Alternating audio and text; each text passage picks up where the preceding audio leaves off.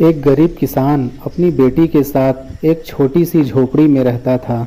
उसके पास बहुत कम ज़मीन थी, जिससे इतनी फसल भी नहीं होती थी कि 2 वक्त का खाना ठीक से मिल सके। एक दिन किसान अपनी परेशानी को लेकर राजा के पास गया।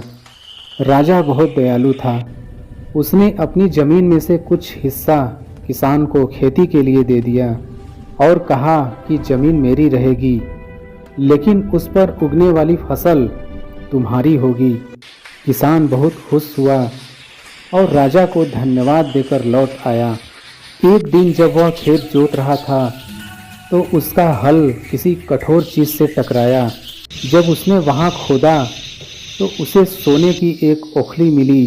किसानदार ईमानदार था।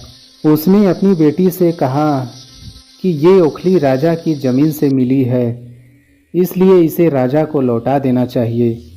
बेटी ने समझाया कि अगर राजा ने ओखली देखकर मूसल भी मांगी तो क्या करोगे, लेकिन किसान ने उसकी बात नहीं मानी और ओखली लेकर राजा के पास चला गया।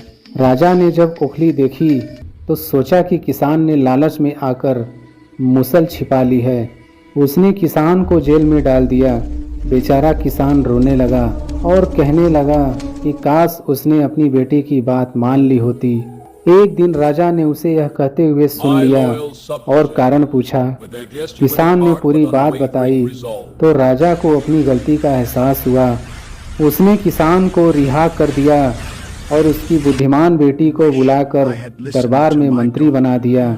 राजा ने उन्हें रहने के लिए घर और सारी सुख सुविधाएं दी। अब किसान और उसकी बेटी सुखपूर्वक रहने लगे और आखिर में सच्चाई की जीत हुई।